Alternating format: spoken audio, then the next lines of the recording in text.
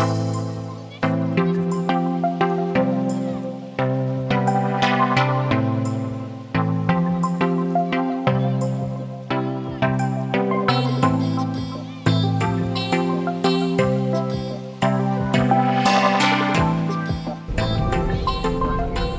was just going to talk about how I had 2 meltdowns at Bunnings already.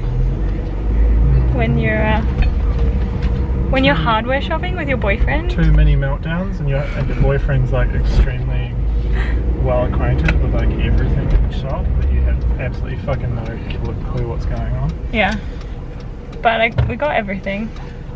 Now we can go home and make some handstand canes.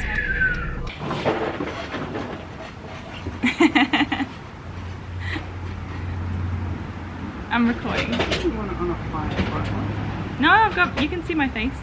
Do you want to see all the tools and stuff? I'm just gonna hold them up. Put on like a little chair thing. I already filmed it like this. I'm just gonna show them like. What is this called? Steel pipe. Steel pipe. I did put it on here.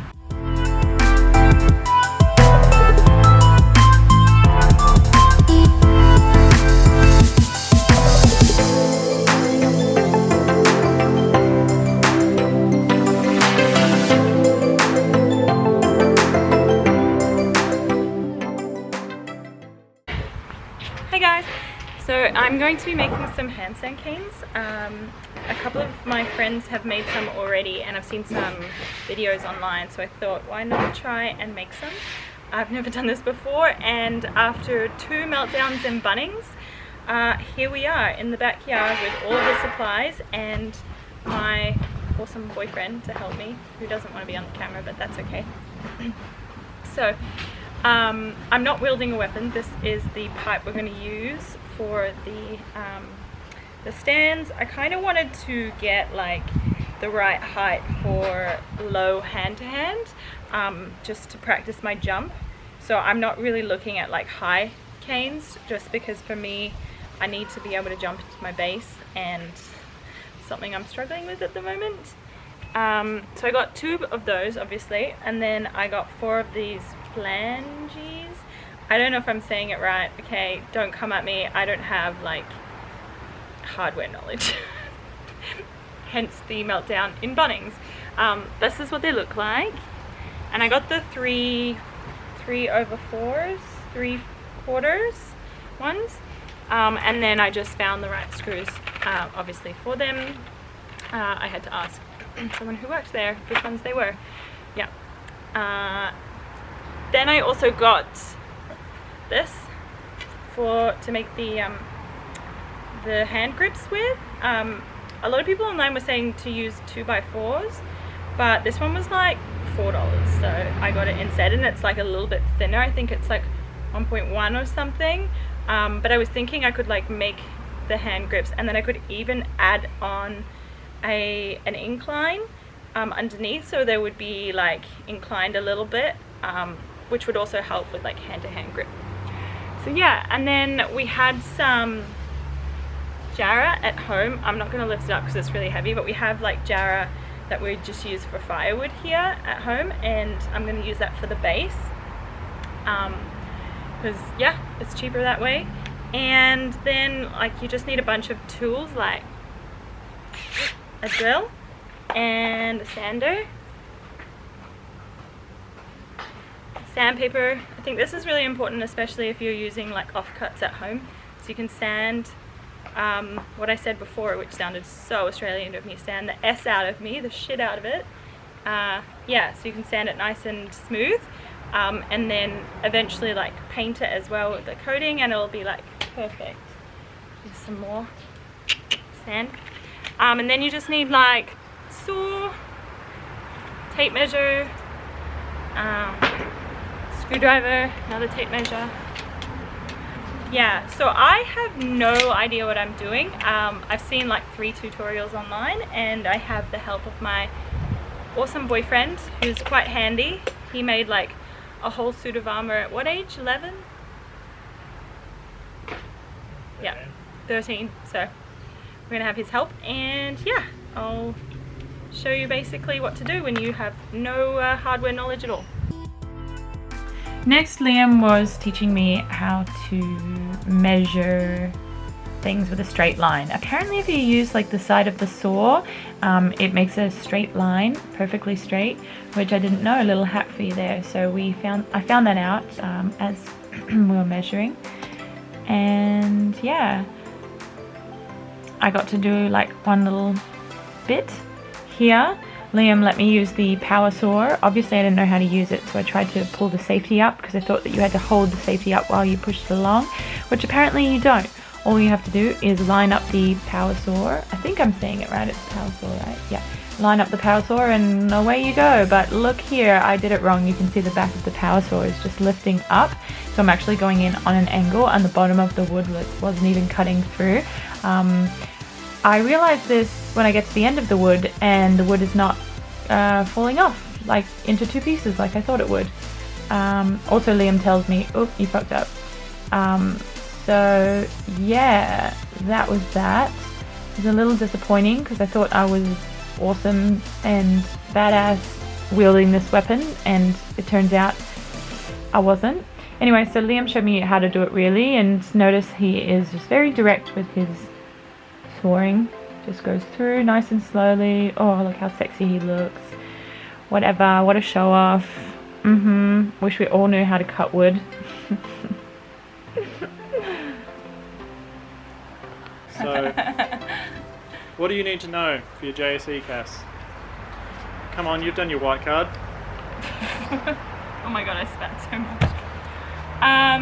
Safety first. Yeah, right. You need to know, first of all, whether your hard hat matches your tool belt. Do the colours match? Yes. The lead in that pencil. Okay. Okay. Okay. That needs a belt on it, right? It's a belt sander. Uh-huh. How you put a belt onto a belt sander is like this. Put it on the side. There's a direction to it.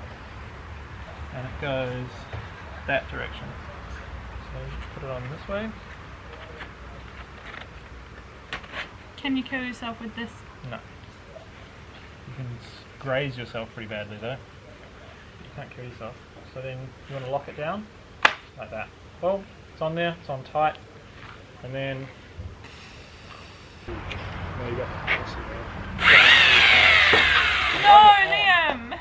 Safety third! Safety first! I'm getting a sight. I don't know if I want a sight induction from you. What's the hard hat for? To get it to go to the Safety? left. No. Like, She falling. just decided So the sky doesn't Bat. fall on your head she just decided to put it on. for the bats. Doesn't it look cute though? I mean, No, bro. do you want this? Finally Okay. sitting in the middle. I'm ready. Okay, so after he showed me how to use the power sander, it was my turn to power sand. And let me tell you, this is actually harder than it looks because you have to apply a lot of pressure on the wood. And I mean, I feel like I'm pretty strong, but that was really exhausting. You have to go on like a diagonal because a diagonal is probably the best just to get all of the lines out of the wood and for it to show up really well. Obviously I got very tired of this after a while, so Liam stepped in just to finish off the ends and also the edges because I really wasn't sure how to sand down the edges to make them kind of smooth around the corner. You'll see. I feel like I've been sanding for ages because I've been sanding and sanding and sanding. My hands are so gross and I have a lot more to do. Whew.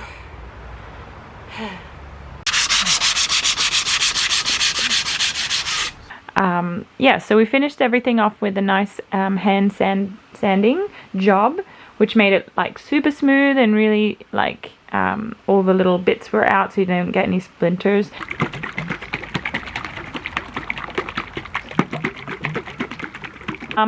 After shaking up the varnish, I opened the tin, but then I realized I hadn't read the instructions yet.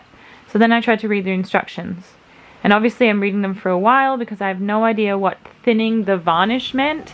I mean, it's already written in the language of someone who knows how to use this product.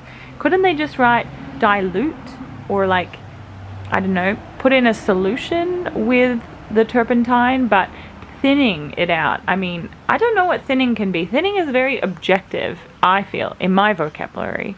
Anyway, so I'm trying to figure out what the instructions mean, and not having very much luck. But here is a long clip of me trying to figure that out. You're welcome. 25% clean mineral terps and apply as above. Leave this coat to dry for 4 hours, fill any imperfections, and then leave to dry fully for 24 hours before applying further coats. It says minimum 3 coats. So I just put this on here, and then when do I put the terps on? At the same time? Do I mix them together? Don't look at me like What does it say on the back? I don't understand what it means with by thin some of the varnish with 25. What does that mean? That means thin some of it with 25% terps.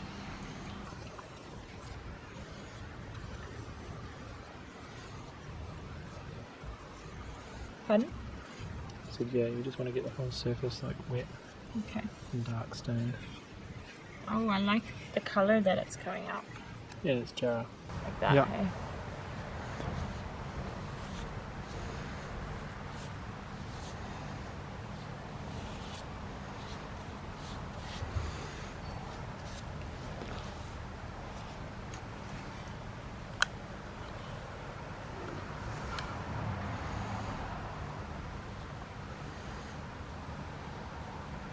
Still getting some bubbles, and I'm also getting a little bit of The bubbles come out when it's with the terps, so it's not going to be a problem. But once it becomes a thicker paint, those bubbles are going to stay there and they're going to become really problematic. Okay. And any places that get light really quickly, you can give them an extra little bit because they're obviously very absorbent, still kind of rough maybe. Yeah. So we did like 4 coats on the base the day before, and now we need to cut the hand grips. I'm sorry, this is a really bad clip. We had to go back to our trusty friend, the sander, the power sander, but this one was a little bit tricky, so Liam did it. Basically, he wanted to sand down the edges so that they were smooth. He cut the blocks on an angle so that my fingers can like hang over, because I don't really like really square hand grips. They're a little bit chunky for my tiny wee little pudgy flanges. And then he was buffering them. You can see the angle that he puts in there. So we made them all smooth, and then of course it was my turn to hand sand them, which just like smooths them up really, really nicely and gets out all the little imperfections. It makes the wood just like really perfect. And obviously, because your hands are on it, you want this specifically, the hand grips, to be really, really, really smooth, because no one wants to get a splinter while they're doing a handstand upside down. That does not sound fun at all. Anyway, we decided to use pieces of Jarrah that we found that had the right dimensions, instead of the piece of wood that I showed you at the start that was like slanted. Oh no, that I said I was going to slant, that cost $4. We ended up using Jarrah just because Liam told me that it wouldn't match and it would look silly with the 2 different types of wood, and he obviously was very invested in this project, so he wanted to make sure it looked really pretty, which, thank you Liam, they look great now. Alrighty, these are the finished blocks. I'm off, they're like super smooth now at the front, which is awesome. And now I'm just going to put the first base coat on them, and then we'll be sweet.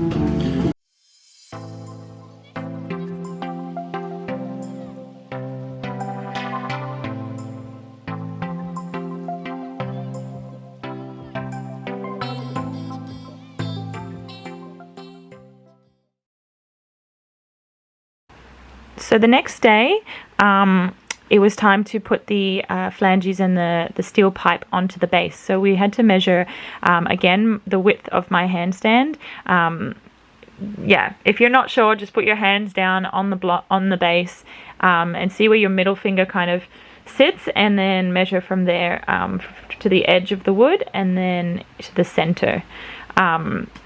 Once you've marked it out and you have like the center of where your hand is going to be, put the flange there, and then draw around all the little circles and the inside circle, just so you can see where it's going to sit perfectly. Once you've done that, you just want to drill out all the holes.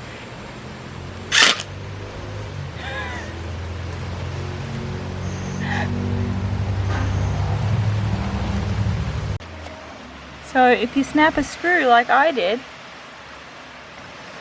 just turn the flange around. Can you pass me the flange? Flange. Flanges are your fingers. Phalange. So we were gonna screw it in like this, but then I snapped a screw in here. Oops. So now we just turn the holes and make new ones. And then you get your boyfriend to screw it in. Try it again. So once you've made all the holes for the flange, put the screw in and just tighten it with your hands. Use a hand screwdriver, just so that you can see where you're going, so you also don't snap screws like I did. But yeah, screwing it in nice and slowly. I think he went through after this and used the power. Yeah, just to finish it off, use the power screwdriver.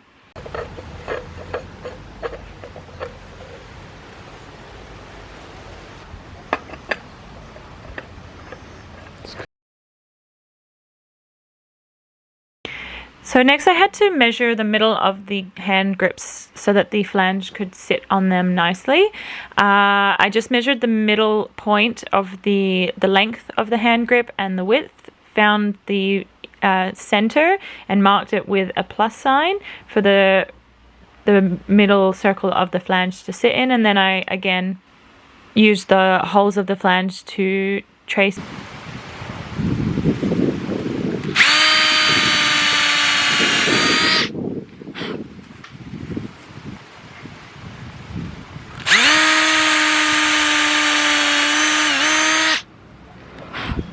Okay, I did it. 1, 2, 3, 4, you. We're almost finished the canes, which is exciting. Just going to attach these onto those and then we're done. Liam's worried that they're a bit too high for me, which they might actually be, but maybe I can just use a block to jump up onto them to start with. And then I'm sure it'll get easier and easier each time. So we're going to be attaching the hand grips with the flanges. But the flanges are a little bit big. You can see there's some overlap there. So we're going to get the angle grinder and trim them down. It doesn't really matter if they're over. I've seen other people's that are like this, but I personally just want to make them really pretty because we worked hard on them and we used nice Jarrah wood, so it makes sense to kind of finish it off to be perfect. So yeah. So I tried to do one of those really cool transitions where I'm magic. It kind of worked, but yeah. Liam used an angle grinder to cut down the sides. Obviously I did not touch that weapon or wield it at all because I don't have a very good track record of me with machinery. When the AI apocalypse happens, you know what? I'm probably going to be the first to die because I'm not gonna survive. Anyway, weird. Anyway, so moving on. So now Liam was using the hand screw. No, actually he just used straight the power screw. I think he just got bored. I got bored with it. I gotta put the tools away now because it's about to thunderstorm, but these are the finished handstand canes. We made the base a bit too thin, so we're gonna have to make some supports just on either side of them. But it's about to thunderstorm, so I don't think we're going to be doing it today. It'll have to be a tomorrow kind of project. But yeah, looking good.